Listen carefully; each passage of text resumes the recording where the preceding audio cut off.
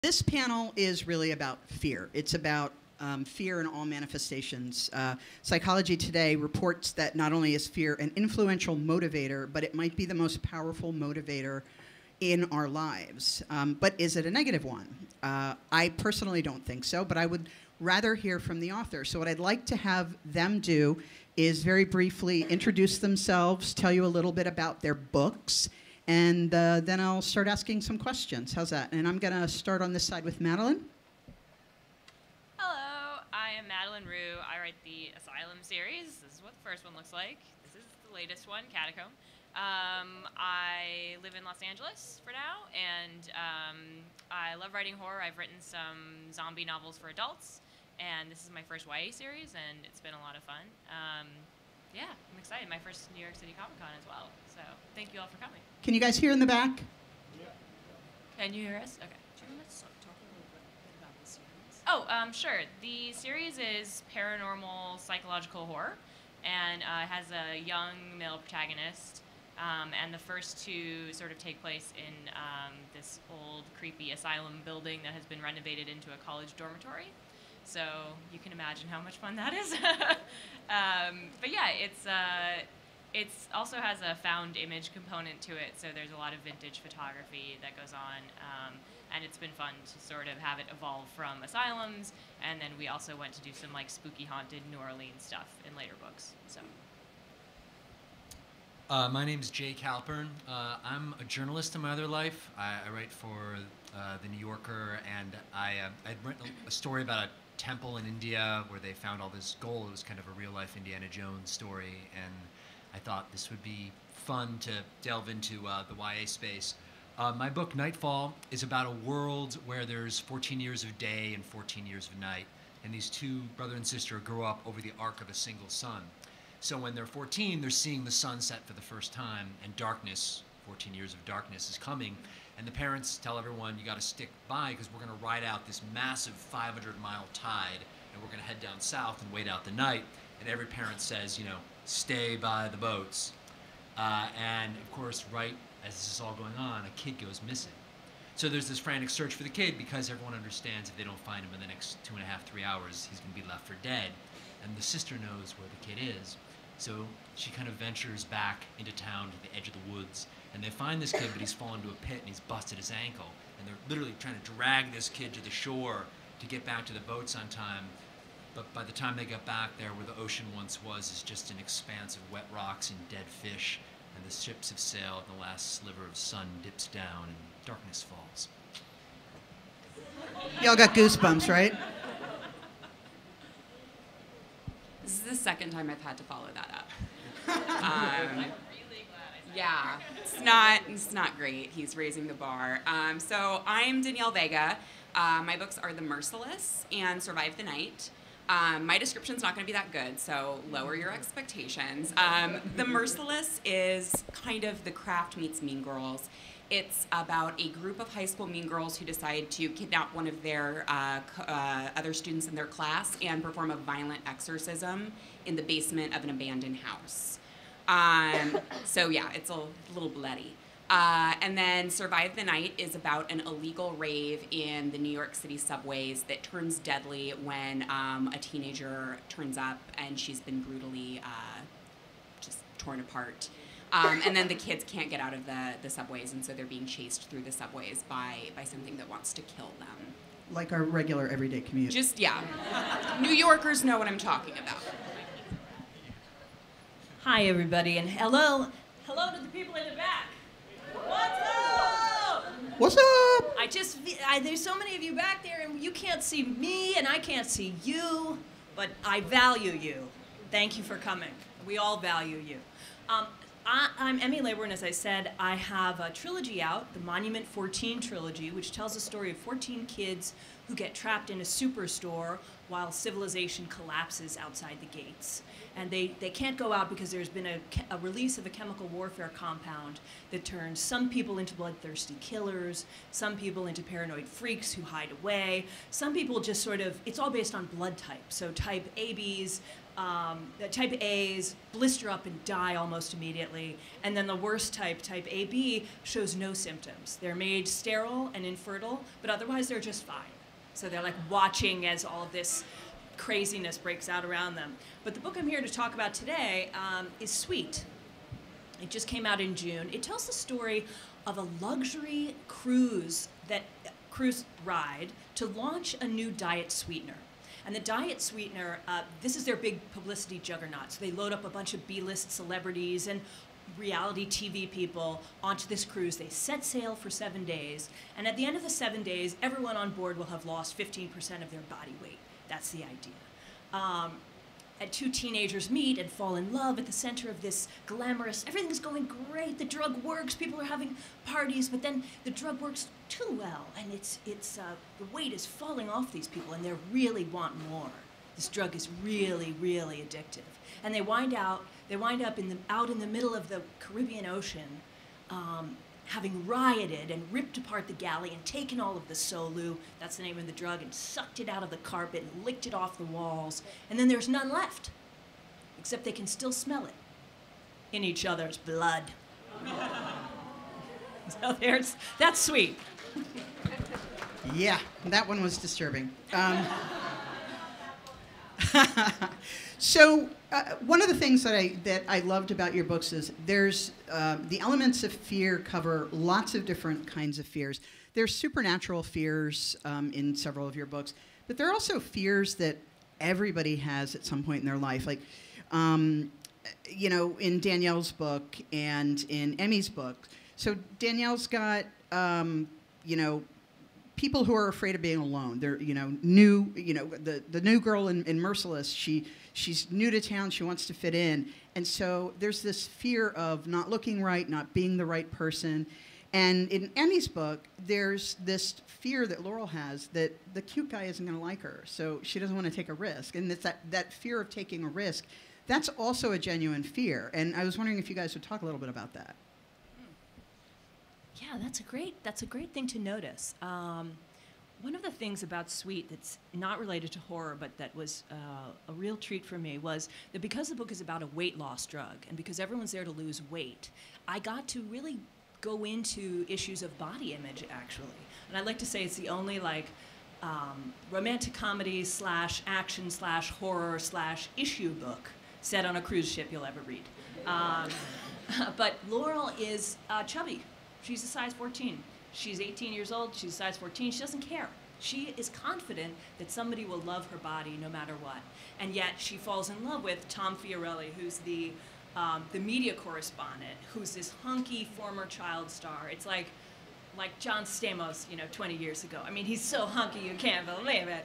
And wow, I really dated myself just then. But so I think that fear, I think what's most important in horror, and what's most important to me in my books, is that it be incredibly realistic. Only if you are portraying characters that act as we do, that have our insecurities, can you really be scared, right? Because otherwise, you're not with them. You're not, the association, the relationship, you haven't related enough to the protagonist, so you're not scared when the shit goes wrong. You're like, oh, that's funny what's happening to that kid. I want it to be happening to you. So that's why I stick to the realism. That is a very excellent answer to your question. And, if you were worried. Again, in Merciless, it's a similar thing. It's Sophia not wanting to not fit in. Yeah, I really think that in order for horror to work, it needs to be relatable. You need to be able to read a book and see how you would react, why the character's doing what she's doing. It needs to feel like something that you've experienced in your own life. In The Merciless, it's about a new girl in school who she shows up and she just wants the thing that every single person wants when you show up at a new school, which is to have some friends. You just want somebody to notice you and bring you into their clique so you don't have to sit alone in the cafeteria. And when she meets these great girls who seem so perfect and so nice, she thinks that she's set up, this is going to be great, and then they turn out to be a lot darker than they're initially portraying. So even throughout the entire book, there's really a fundamental theme of wanting to fit in. How much should you pretend to be like the people that you're trying to be friends with? How much should you go along with their crazy games? before you have to just say, no, this is too much. I will not torture the girl who's been tied up in this weird basement. You know, like, when do you say that? And at for what Sophia, point? at what point are you like, maybe this doesn't feel like a game? And Sophia really plays with that line throughout the book of, you know, like, how much do I go along with this? What's going to happen to me if I say no? The other main theme in the book is bullying. Because there's a lot of peer pressure, a lot of mean girls being catty and kind of trying to convince her to do things simply by, like, playing on this deep-seated need to want to be liked. And yeah, so that comes up a lot. That's kind of where the mean girls thing comes in, is like, well, what are you going to do just so that you don't seem uncool? Like, how far are you going to go just to make sure that these girls don't think that you're nerdy? And the realistic fears, I think, also continue. Even though Jake's is a fantasy novel, the fears that your character Kana have of just not fitting in one side or another are very real and very reflective of what a lot of teenagers, I think, go through. And in Madeleine, your books, the running theme in all of your books is not just the scary horror, because it's terrifying, but also these are kids who are approaching the end of their high school years and they have to make big life decisions. And that comes through so well. If you both would talk a little bit about how that influenced you in your books. No, wait. I want to go first. You're too good at this. So the thing that I really wanted to delve into in these books was not only the sort of feeling of, like, you know, I think the buddy, like, the third book is a road trip, and it's like, oh, it's our senior year, it's our road trip with our friends. But there's a real anticipation of, like, the end there, though, because we're all going different places, we're going off to college, or we're doing this, we're doing that. And so I think there's a sadness, you know what I mean? There's this great celebratory moment, and our lives are progressing, and, like, look how far we've come, and all these things we've kind of survived together. Is that light blinking? I'm not insane, right? Okay, thank you. I was like, Good joke, we're playing on Madeleine. yeah, I'm like, little gonna get an eye gaslighting. twitch in a second here. So yeah, I mean, there's this anticipation of the end, and are we gonna be friends forever? And I wanted to deal with that realistically, because honestly, a lot of times you're not. You know what I mean? You do go different places. I'm only friends with maybe 2 people from high school still. You know what I mean? You really do split off at some point. So that was one theme, and then the other, which is most predominantly in the first book, is about mental illness, because, you know, it's, like, so common, but we still really don't like talking about it or confronting it.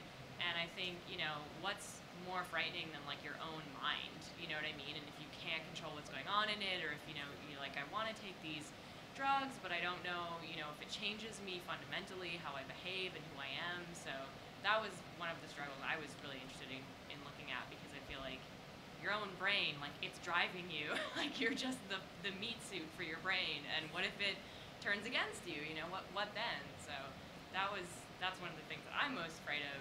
So that was definitely a huge motivating fear for writing the book. So I live in this old house in Connecticut. I've got 2 little boys, a 6-year-old and an 8-year-old, and I'm putting my 6-year-old to bed.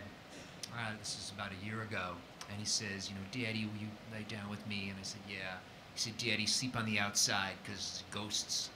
So I say, you know, what the father's supposed to say, son, there's no such thing as ghosts. And he looks at me like I'm an especially stupid person and says, I know that, but the ghosts are in my brain, Daddy, and I can't turn off my brain. And I was like, shit, I'm still in therapy working on that one. I got nothing for you, kid. But, you know, he has those searching eyes that your kid has, which is he wants me to tell him that everything is perfectly okay, and I can't make him not scared of the dark. And in our book, there's this whole back and forth where the night is falling, the kids are a little bit older, and the parents are making the kids do these things that they don't make any sense, like setting the table and taking the locks off the doors and putting these kind of crazy-looking knives into grinders that are built above the fireplace. And the kids are freaked out because the night is falling, but they're also like, you know, what is going on? Why are we doing this?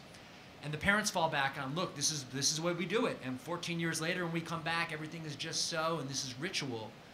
And the kids are looking to the parents for more than this, and the parents aren't giving them anymore. And they had this conversation that's kind of interrupted by them getting left behind.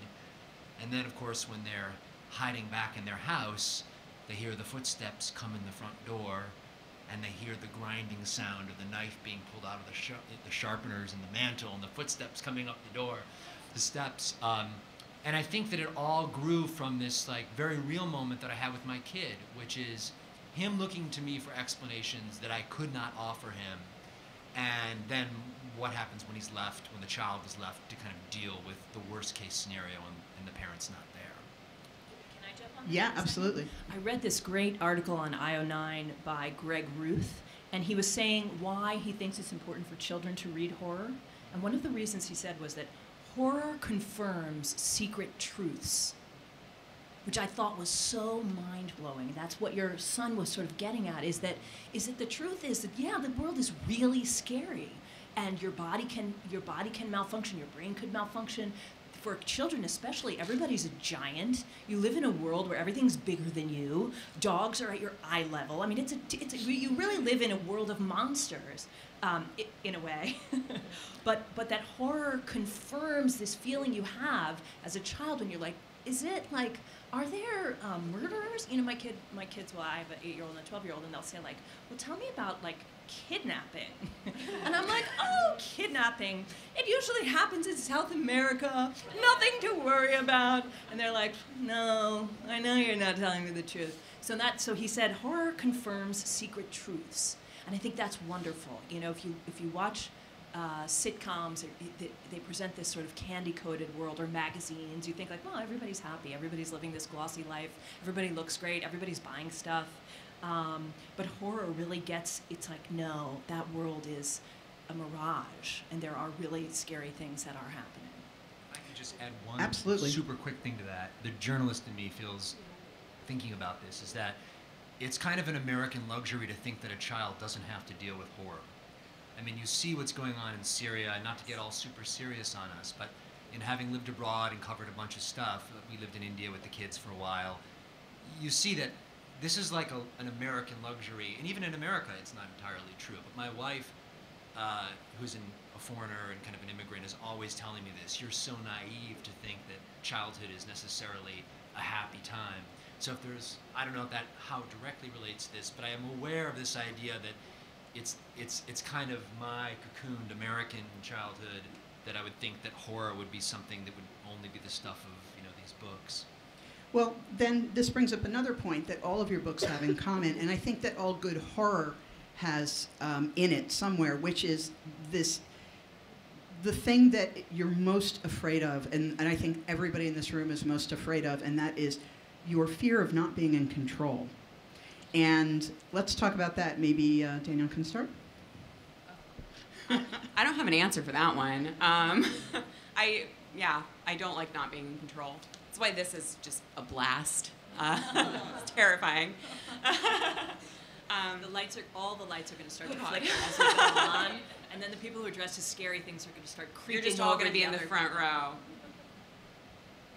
Well, Emmy, in your book, some of the lack of control is addiction, and that's a kind of a big one. Yeah, you know, I'm laughing because how revealing shall I be?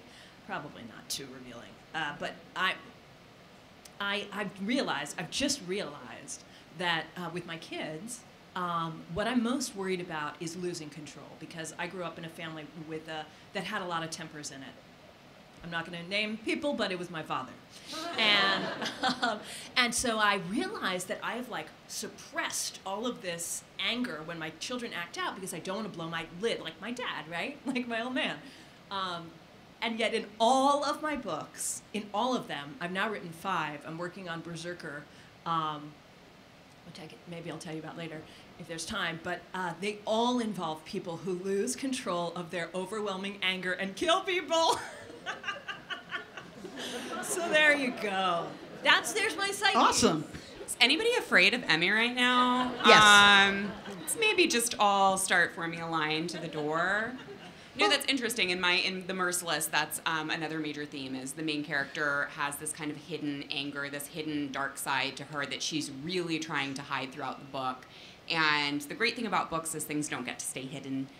So you get to find out what that is by the end. But I think that anybody who has dealt with anger, or who has dealt with that kind of a like loss of control of your own emotions, that's something that you find yourself dealing with in your books. It's a much easier way to deal with it than in real life. So it's loss of your emotions, but it's also loss of control over your environment, and that plays very heavily in your book, in all of your books, and in your books. These are some scary ass books. I'm just saying, y'all. You really should read them, and then you will never turn your lights off again. I think that one of the things that I love is that some of what is most horrific in your books is not the scary ghost stuff. It's just the fear of like the other, the unknown. A lot of it is the fear of the other. It's like the lack of knowledge about something. Jake, you wrote a really good piece about Darren Wilson in The New Yorker, and the whole Ferguson thing, and really it was that fear of the other that causes that.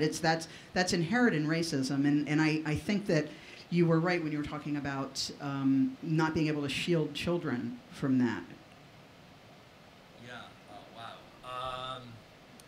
Yeah. So I mean, when we were working on this book, I wrote this book with a co-author, and I'm a journalist and he's a diplomat. And we have these kind of, I don't know, like the book is a horror book, but you have these bigger issues.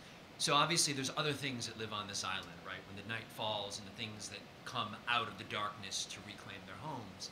And it's interesting because Peter, my co-author, and I, we met in Israel when he was working in the Foreign Service.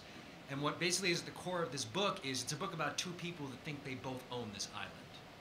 And they have basically a timeshare. The kids are figuring this out as this goes on, that there's a timeshare, that the day people cut out in day and the night people have it at night. When the kids are left behind, they have unknowingly broken this truce that exists there.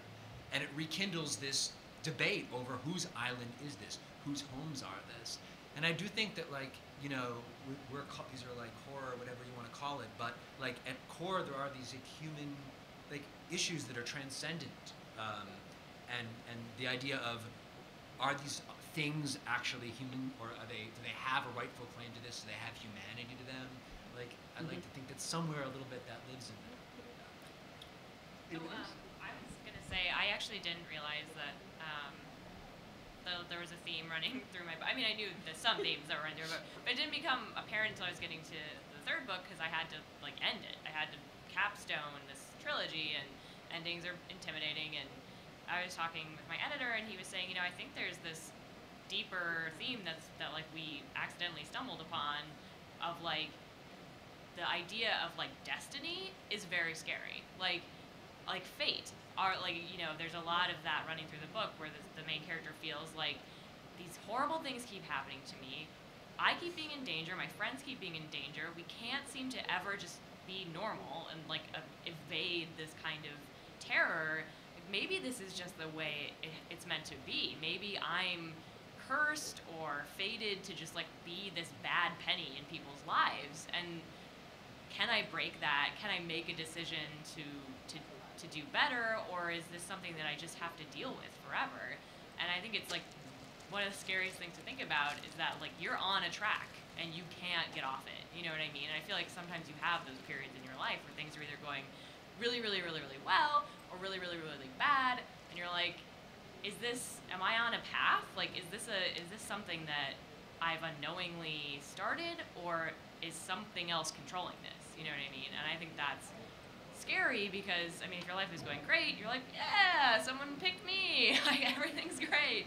And of course there's like deeper like religious implications in that as well, but you know, when things are going really bad in your life and you can't seem to make them better, I think it's really terrifying to consider that maybe that's something, maybe it isn't you making those decisions, you know? I think we have a very like proactive culture in America of like, you can change. We're very like, glass half full. Right, yeah, it's like the American dream. You're just a rich person waiting to happen. Like, you know, but to what extent is that really true? And I think, you know, that's like, this is an extreme example of like being cursed or whatever. But yeah, that was something that I didn't even realize we'd kind of done. And then finally it became more intentional in the third book, but it was just scared the daylights out of me to think about like, you know, maybe like, oh, like maybe all these like things have led to this moment. Maybe these aren't coincidences. So that frightens me. Anybody else got anything to add on that? So here's a question I have for you. Y'all writing for young people. And some of your books are fairly graphic. Fairly graphic. I'm not at all looking at you, Danielle. I don't know what you're talking about. Some of them are fairly graphic. What did you have to keep in mind that might have been different if you had been writing these books for an adult audience? Not a damn thing. All right. Seriously, I was a little worried about that because these were intended to be kind of a throwback to some of the 90s slasher, really, really graphic movies that were out when I was a kid. So we're talking like Scream and I Know What You Did Last Summer and Jawbreaker, like all of these great movies that I grew up on. And again, like might be dating myself a little bit, but if anybody has seen them, you know, like people get killed with garage doors, like people die in really graphic ways. And I didn't want to pull back from that. I didn't want to kind of wuss out. And so for me, the challenge was like, how far can I push this? Like, how much can I do before my editor steps in and is like, okay, now, like, this is getting a little crazy. And so I turned in this draft that I thought was the goriest, most disgusting thing anybody would have ever read. I was waiting for my editor to call me up and be like, okay, so I've called a mental hospital. Let's go ahead and get you there. And I did get an email from her, but it was like, can we go further? Can we like push it more? And I was like, yes, we can. Yes, that is something that I am willing to do. So I spent months like looking up violent ways to torture people online. This is, I'm sorry. This is gonna make me seem like such a crazy sociopath. But seriously, my Google search history is all like ancient ways that people used to be tortured. What are like modern versions of it? Like how can we really? I have a great one for you. Yeah. Yeah, I'll just ramble for a really long time. Like, no, go for it. I just remembered it was like, and this is perfect because I read this in high school when I was a teenager. There's this historical fiction. I don't know. I question now when I like think about historical fiction I read as a teenager because I just believed it because I was like, oh, it's historical, it must be true. But I do know this is real. But there is a way that it's called Aztec, and it's all about obviously Aztecs. Yeah. And at one point, someone just commits like a heinous crime. And what they did, this is more graphic. No, keep going. Okay. We're all excited, right? So, Come on. and I'm trying to like remember what it was. So basically, they take you out into a really isolated area, generally like arid, like a desert, and they put a branch or a spike in the ground like this, and then they lower you onto sit on it. Yeah. And then That's the key to lots and lots of torture, FYI, Right. is a spike that you are forced to sit on. Yeah, and then they just like I can't remember. There's one more step, and but then they leave you, but they don't even really have to restrain you because at one point, like, What, when you have you a spike try up to your butt. stand, but when you try to stand up again, you basically like disembowel Yeah. yourself. Yeah. It's like I think it might be the way that the spike is created or something, but it's the worst because they're like okay bye, and then you're just there, and you're like, well, theoretically I could leave, but can I leave? So it's either like death by starvation / Like, which one is better? Choose Right, being it's- disemboweled right, or it's- starving to death on a spike. It's giving you like Jake is giving you all control over looks. your own. Sorry, but yeah. Jake wishes he wasn't in this panel anymore. But anyway, No, I mean, that was the big challenge of The Merciless, is it's a lot about torture. These girls are exorcising a girl. They don't have any superpowers. They are not priests. So it just becomes like, how can we torture this girl to get the demon out of her? And so I had to look at all of these ancient forms of torture and figure out, like, how can we do this with things that you might find in a basement? Like, how can we make this a modern thing? And my editor was great about just kind of encouraging me and not asking me to pull it back. And I think that's why I get a lot of hate mail. No, but yeah, so that was cool. Well, again, you know, when I'm writing a book, I'm really asking myself, what would happen next, and how would you react? What would happen next? So I didn't research medieval torture stuff. Of course, that's not involved in the plot of my books, but I really kept it. I wanted it to be scary. I wanted it to be gripping, and I wanted with Sweet. I wanted the reader to have the experience of like thinking that this substance called Solu was like great, like how cool. Like when I would tell people the premise, they'd be like, oh my God, I want that sweetener that makes you lose weight. I'm like, well, I don't think you do. So it turns you into a blood-sucking monster. Yeah, everyone still kind of wants it. But what I wanted the reader to have the experience of was of trusting a substance and then watching and then having it come to rule you and become so addicted to it that you would commit the act of murder to get more of it, to suck it out of somebody's wrist. That's just as, I use the horror to serve the story. That's the answer. So I love it that you just come right out and own it. You're like, I want these to be the most, like, terrifying, like, filled with gore, throwback to those awesome movies that date you, by the way, as being young, in my opinion. But for me, the horror really is here. The horror amps up slowly. I read a lot of Stephen King in teaching myself about horror, and man, that guy just amps it up. You don't even realize you're in the frying pan until it is hot, hot, hot. So for me, the horror serves the plot. Okay.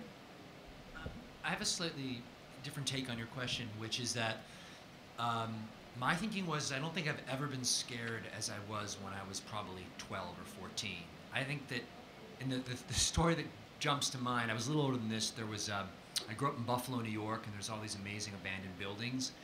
And there's an H.H. Richardson building, which is an old insane asylum. Actually, I thought of it when I was seeing your covers. You should check it out.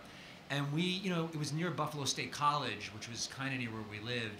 And you'd sneak in there as a kid. There was a window where you had to wait. There was a cop car that did the loop, and you would wait till it passed, and then you'd run and you'd climb in this window. And so we waited the cop car passed. We ran and climbed in the window, and then this massive rainstorm came. And the roof wasn't working properly, so I'll never forget, the water cascaded down all the walls. Oh. I mean, it was like out of The Shining or something. Oh, wow. And the staircase turned into this kind of waterfalls, and we got spooked. And we went back to get out the window, and the cop car was parked there.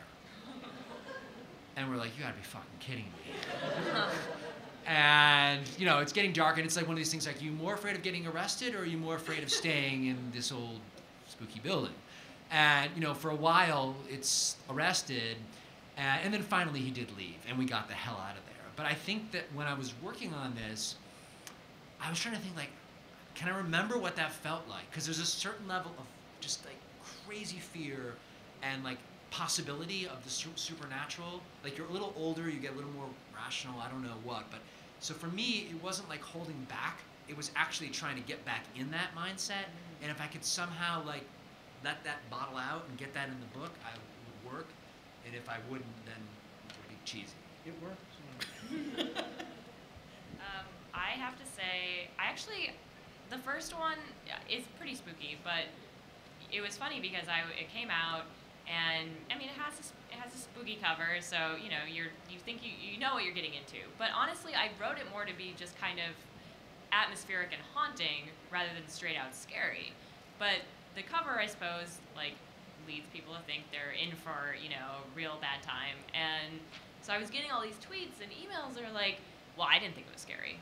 I was like, fair enough, that's fine. And I was like, and then they just, like, kept coming. And of course you have other people who are like, oh my God, like, I couldn't go to bed, so you have to kind of moderate it. But I was like, all right, that's cool. I'm writing the second one right now, so challenge accepted. Like, you know what I mean? It was like, all right, like, that didn't scare you. Let's see how far we can take it. And I don't really get that many tweets like that anymore, because I was like, fine, I mean, it was my first time writing horror for teenagers, so I didn't really know, where the line was, and apparently I hadn't crossed the line, so I just pushed myself a little further. And for me, it's always like, I reference a lot of what scares me, but yeah, I mean, you have to go pretty far. I mean, teenagers are hard to scare. Like I was saying, I was reading crazy crap with, butt disemboweling when I was a 16-year-old. So, like, I was reading Anne Rice. I was reading Stephen King. Like, teenagers can handle a lot, and I have to remind myself of that constantly. Like, remember what you were reading? Yeah, okay, you can go further. I'm just curious, do you think you made it scarier and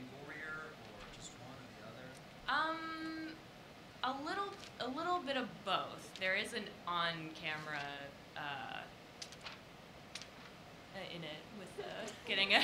For the people in the back, that was a. Like a hook to the eye. Yeah, No, I think, like or a spike to the eye. a spike to the eye motion.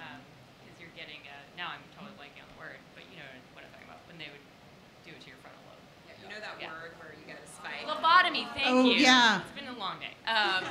Yeah, so there's an on-camera lobotomy. There's some pretty bad The stuff. transorbital lobotomy. Yes, the transorbital lobotomy. Nice. So I think I did both, but I actually think the stuff that ended up being scarier was more of the psychological stuff. But yeah, I upped both of it, and I think I just kind of kept going after that with the third one. But Danielle, you had something to add too? Oh, yeah. Oh, yeah, no, I was just going to say that when kids can't get their hands on scary stuff that's written directly for them, they just go to the adult stuff. It's not like if you don't write, you know, like, oh, if we keep this all nice and it's just kind of scary, kids will just like be like, okay, I guess I don't need scary. It's like, no, they're just going to read Stephen King. You know, they're just going to read Anne Rice. That's why, I think that's one of the reasons that Stephen King is so lastingly popular, is because all of the 16-year-olds were reading him at the same time as their parents. I read my first Stephen King book when I was like 8. You know, like you go for the harder stuff if the stuff that's directed at you isn't giving you what you need. That transorbital lobotomy. it's like a gateway drug. Yeah. That's what we're pushing up here. Yeah. Well, that's interesting, the gateway drug idea, because I think that habituation, you know, is an interesting concept in horror. That once you read one book that's like X amount of scary, the next book you read has to be X times 2, the next book has to be X times 4 to keep you scared. I wonder, you know, I think a lot about that, because I think about movies like, did you guys see Charlie's Angels? I'm dating myself again. The Charlie's Angels with, Oh yeah. what's her Lucy Liu face? And yeah, Lucy Liu and Drew Barrymore and the other, the blonde one with the Cameron legs. You know, Charlie's Angels was awesome. It was so great when it came out. And then Charlie's Angels 2 was like a circus. It was like they said, okay, we have to take Charlie's Angels and turn it up to 100. And that's what you see with all the sequels. And to me, I just wonder, do we as authors, do you have to dial it up in every book, or can you simply give the same joy and delight and terror and adventure, you know, with new twists and turns? Does it have to get more bloody with each book? I don't know. I think you need to dial up the characters. If Yeah, you're the if you're stakes. dialing You up need to dial up the everything and the stakes, rather that's than- very yeah. smart. Because yeah, if you're just dialing up the gore and like if everything is just like sparklier, people aren't gonna care. But I mean, if you like you brought up Stephen King, his later books aren't bigger and more and gorier. They're actually a lot quieter. And when you read them, but you get so much more into the characters because he really knows how to build a character that you care about. And so he just digs down into that, and then when the scary stuff starts happening, it's like you said, it's like, you know, you don't even realize it's scary until all of a sudden this person that you really like love and are rooting for, all this crap starts happening to him. So I don't know. I think that you do have to dial things up. I think you need to be careful about just going, and I say this as the person with the bright pink devil cover. Like, clearly I'm you know, I do that a little bit, but I do think that it's important to come back to what really makes people want to read your book, and it's the people, and it's the stakes, it's what they're up against. It's not, you know, this one has the coolest, like, got her eyeball pulled out moment. Although that's Although great, that too. would be pretty cool, I too, mean, yeah. yeah, now that I'm... I'm sure one of you is going to do that soon. Yeah. I would love to open it up to the audience for some questions. How do you guys feel about that? Great. Up for it? All right. So because some of you are going to be in the back and you're going to have to, I just need you to speak really, really loudly. I'll do my best to try and repeat the question if it's hard to hear. But who's got questions? Come on. Don't be shy. All right.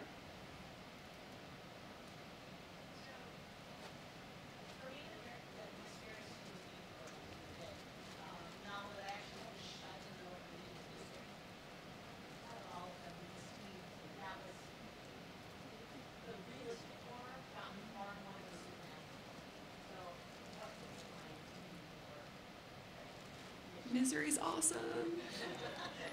I mean, there's a little bit of both in mine. You know, I play with paranormal stuff, but then a lot of it too is like, is this paranormal? Like, is this really a ghost, or am I having, you know, a mental break? Is this something I'm just seeing? So I think you can do a little bit of both. I mean, obviously I have a bias because my book has a paranormal element to it, but I think you have to do both. Like, it can't just be, oh, it's a spoopy ghost. Like, there has to be more, you know what I mean? Like, the threat has to always feel human and real. So I think, like, even if you have something really over the top paranormal, you know, if there's straight up werewolf or whatever, like, the stakes, like, always have to come back to something relatable and something that you feel like you might actually encounter. So even if you want to put in all that like kind of cool over the top stuff, like at the end of the day, no one's going to care unless the threat and the outcome is very human. Yeah, just so yeah, like in my book, there's a kind of supernatural element, but it's almost beside the point. It's not where the fear derives from. The fear derives from the dark. And I was telling Danielle, she heard this story last night, but I was talking about with my wife. After I came down with my kid and he said, "Daddy, the ghosts are my brain," and all that, I related to my wife, who's a scientist, and it's like, she's kind of awesome because she's just like hyper rational. Anytime you like are spooked about anything, she's got this like Vulcan-like explanation for like what the chances and the odds are, and like I'm like kind of a hypochondriac and all these other things, so she's awesome. So I said to her, like, I didn't know what to tell him, and like, cause I'm kind of scared of the dark too, and she said, "Well, I'm scared of the dark also." And I was like, that's crazy. Like, you're a scientist. You're like the ultra-rational person. And she said to me, it's perfectly rational to be scared of the dark, because way, way back when, if you walked out of the cave and you weren't scared of the dark, the saber-toothed tiger would get you. And that cowering in the dark and being afraid of the dark was an evolutionary advantage. We are hardwired to be afraid of the dark, because the dark, through the vast span of human existence, has been a time where they've come to get you. And so I think that the starting point of the book was, yeah, sure, there's something with claws in my book, true, but the fear has nothing to do with that. The fear is the oldest and most basic human fear, which is darkness is coming. And everything else that follows doesn't really matter. It's just drawing out that core primal fear as much as possible. And it's not original. It's just humanly, like, resoundingly true. Well, and if you look at Misery, just to go back to Misery, the reason that book and that movie are so scary is because you take this guy and you put him in the middle of nowhere and you make it so he can't run away, and that's it. That's the scary part, is that he's in the middle of nowhere, nobody can help him, he can't run away. That would be as scary as if it was a monster who took him. It'd be as scary as if it was an alien who took him. It doesn't have to be a woman. In this book, it was a woman. In The Shining, it was a creepy-ass hotel. Like, he plays with the same themes over and over and over again, because isolation is such a horrifying thing for people. And even going back to the darkness thing, like, that's something that comes from, like, the very beginning of humanity, is being afraid of the dark, being afraid of being isolated, being afraid of being separated. So whether or not, like I get a lot of people with this one because it deals a little bit with, like, demonic ideas and whether or not somebody's actually possessed. And I'll get a lot of people who come up to me and say, like, oh God, it totally got me. I'm so terrified of possession and demons. Like my husband, who's very Catholic, and whose parents aren't allowed to know this book exists. One of the things he said to me was, like, possession, that's my thing. That's the thing that always gets me. It's what I find is, the scariest. I'm like, yeah, sort of. It's scary, but the thing that's scariest is this idea that you're going to get into a group of people and you're going to be able to lose the ability to make decisions about what you want to do. Whether it's because you're actually possessed or whether it's because they're not letting you choose to leave, they're not letting you choose to not be involved, or they're, threatening to torture you. The possession is kind of secondary, and it's scary. I mean, like, we've all seen The Exorcist. Possession is pretty freaking terrifying. But there are other deeper fears there that you have to, and they're not as sexy. They're just like, yeah, we're afraid of the dark. Yeah, we're afraid of being alone. But that's what I think really pulls people in, is being able to recognize these fears that they've always had themselves. Completely piggyback on that. I totally agree. And I think that what I really liked about your comment actually was that you said, when I read Misery, I had to shut it halfway through. And that's what we are all trying to do, is write a story that is actually so personal. No, she said that you don't want to read. No, it's that, I'm writing stories. I'm writing out my demons, right? I'm writing about people who lose their shit and kill everybody. Because it's, like, very, a problem I have, apparently. But so people are going to read my book, and that key is going to click in their psyche. People that's their fear are going to shut my book at halfway through. Then they're going to peek at the next page the next day, and they're going to read it, and they're going to feel better, I bet. But that's what good writing is, and good horror writing is. It's specific. it's talking about human primal fears so that when you read it, you get to experience a primal fear and you get to feel the fear and let it go and be victorious over it. I mean, people talk about going to a scary movie and they're like, wow, I made it. I can't believe I made it through Saw 18, you know? And that's what it's like. It's like you did it. You conquered your fear. You were able to be that scared and ride it through. And also, you got a sick endorphin rush. So. All right, another question. Come on. I know somebody's got a question out there.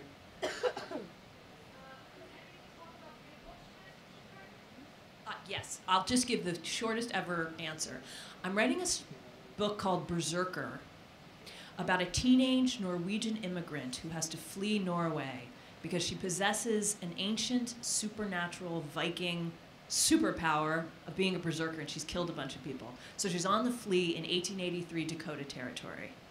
On the run, rather. So Yes. why don't the rest of you go ahead and talk about what you're working on next?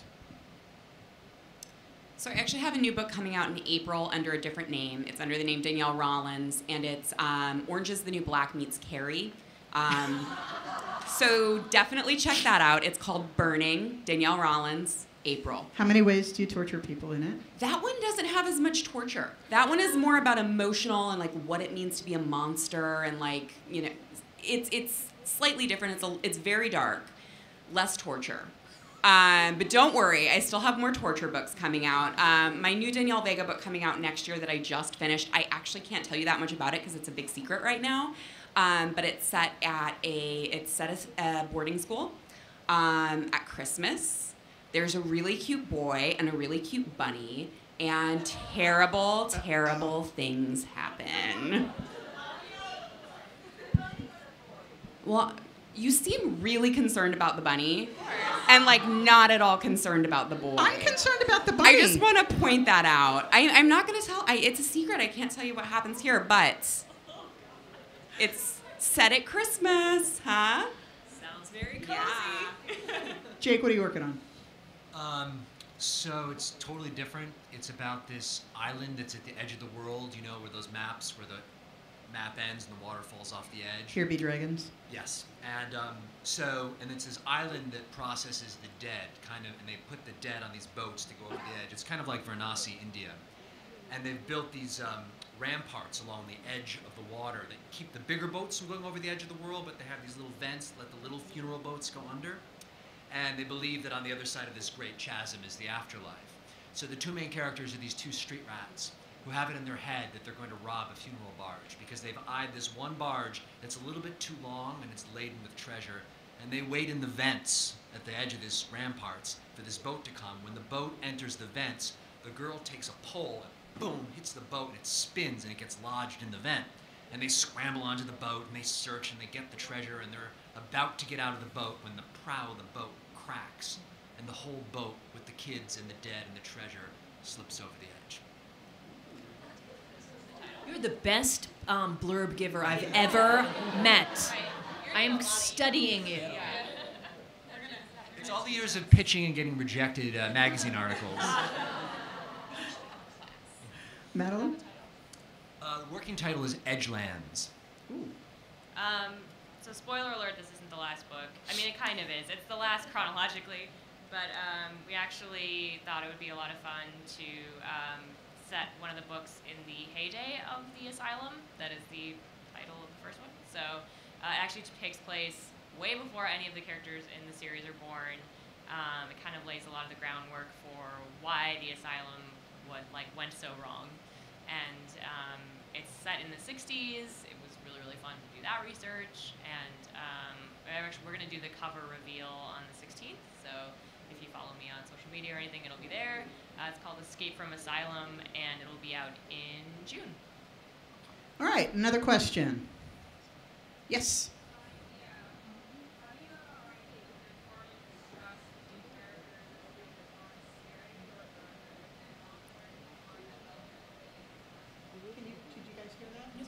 Can you repeat that a little louder?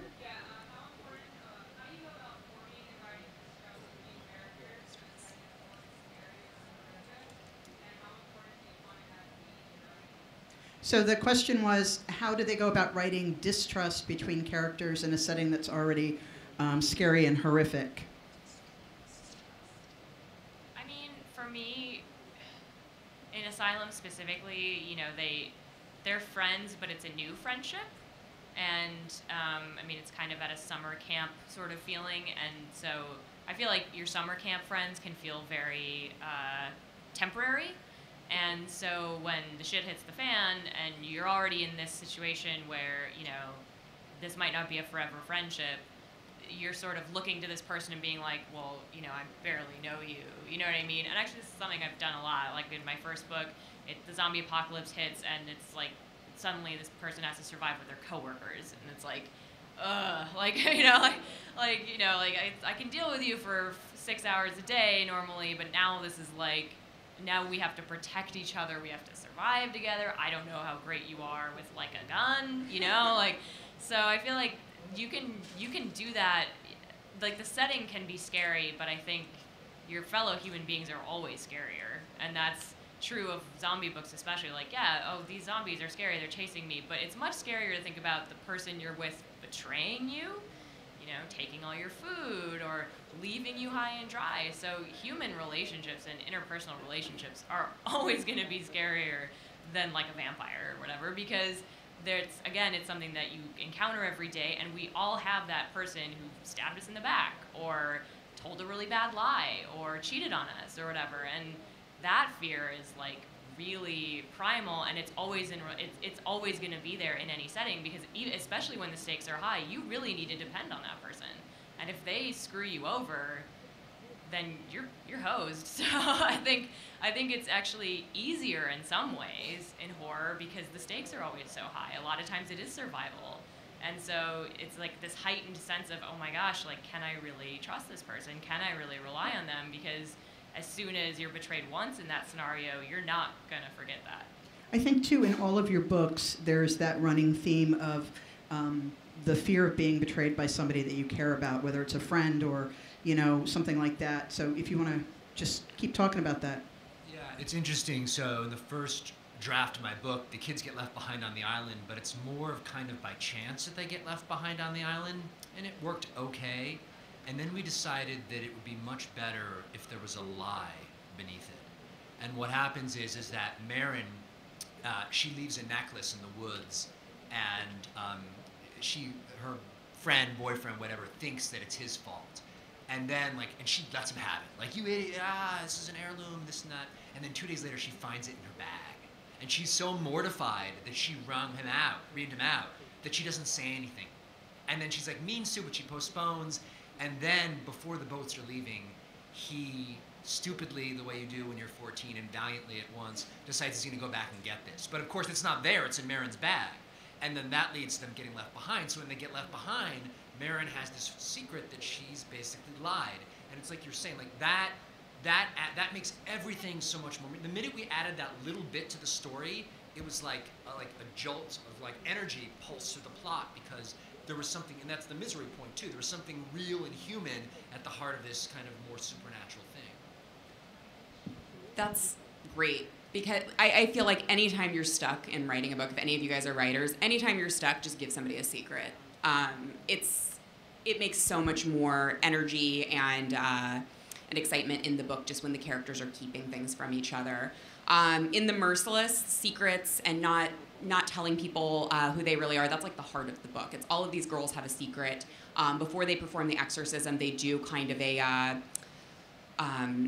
okay, totally forgot the word for the Catholic when you're, confession, thank you. They do a confession to each other where they confess like they're the worst thing they ever did. And of course, none of them tell the truth about what they did. My primary goal with this is to really form a mistrust between the reader and the main character. I didn't want you to be able to trust the main character. So the entire book was about really showing you that this character is sneaky. She hides things. She's always the new girl. She always is recreating her personality. And there is a very big, very dark thing that she did in the past that she doesn't want you guys to know about. So that was a really fun, that was definitely a fun exercise to try with the book. And in this one, it's less so. Like, she does have some dark some dark things in her past, but it's a lot more about addiction. She just got out of rehab when she goes to this crazy rave, because that's a great idea, is to get out of rehab and then go to an illegal rave with your really bad for you best friend. But for her, it was more really hiding who she is from herself. So she's convinced she didn't have a problem, and her mom overreacted and sent her to rehab. And the longer that she's in the tunnels, running away from this, this thing that's trying to kill her, and really having like a come to Jesus moment, she's realizing, okay, maybe I did have a problem. This is not something that happens to normal people. But that's just as important as, like, do you trust yourself? It's like what Madeleine was saying about, like, am I really crazy? Is this really happening? Or am I just kind of creating a monster in my head? I think that's really fundamental to horror, is to be able to seed in those secrets, that kind of question of, like, can I trust the person telling the story? Can I trust the other people in the story? Can I even trust the author? You can't. It's an interesting question. It's really a kind of a craft question about creating distrust between characters already in a tense situation. And I think that it as a tool in your writer's toolbox, it's very powerful, because we're dealing with fear here. We're dealing with fear of the primal terrible things that can happen to you.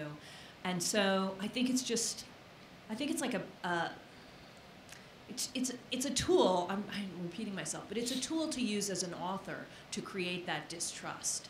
My books are usually first person, so you only have the person's word for it, whether or not someone is trustworthy or not, which is limiting, actually, because if you're going to sow distrust, you sort of need to know what the truth is, and then have characters who don't know what the truth is. So it's actually trickier to pull off with first person, I think, than with third person. And we are just about out of time, so I'm going to ask you to answer this one very quickly. What's your favorite horror novel? House of Leaves, Mark Danielewski. All right. I don't know if it's horror, but it's The Road by Cormac McCarthy. That's pretty horrible. Mine is a short story collection. Is that allowed? Mm-hmm. Okay. It's The Bloody Chamber by Angela Carter. Oh, yeah. I gotta go with Pet Sematary by Stephen King. Yes. Oh my God.